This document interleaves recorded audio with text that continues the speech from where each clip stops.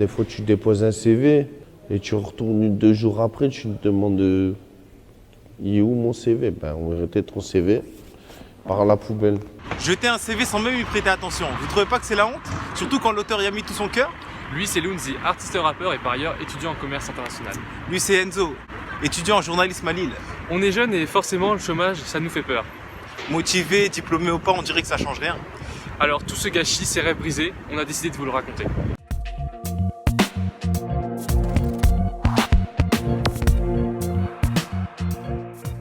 Vas-y, envoie l'instru.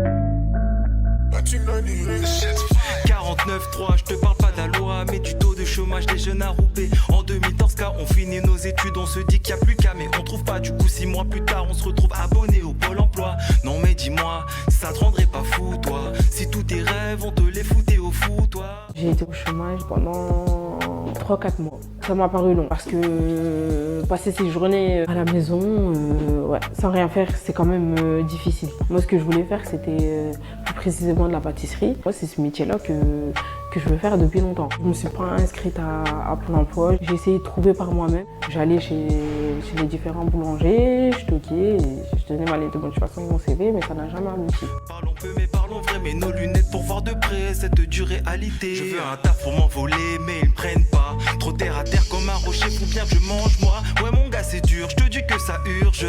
Sérieux là ça pue, sérieux je m'habitue pas. Je m'habitue pas sur mon sort, je compte pas sur Pôle emploi pour prendre mon essor. Là, moi, par exemple, je cherche du travail. Dès que je peux avoir, quel que soit le travail, je vais le faire. Pôle emploi, ça me sert pas à grand-chose. Mais sinon, moi, je vais être direct dans les restaurants, dans les magasins. Je vais direct distribuer un CV.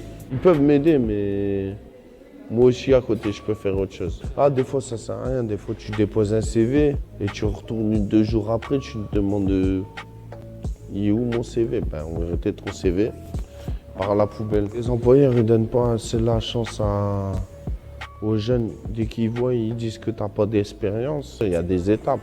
Et si ta première étape, on te met une barrière, on ne veut pas te laisser franchir la seconde, ben, tu ne vas jamais avoir de compétences.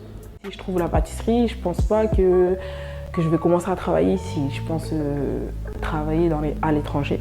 Voilà, pourquoi pas m'exporter au Canada ou aux États-Unis. Ça m'arrive des fois de baisser les bras, mais quand je me dis j'ai pas le choix et je fonce.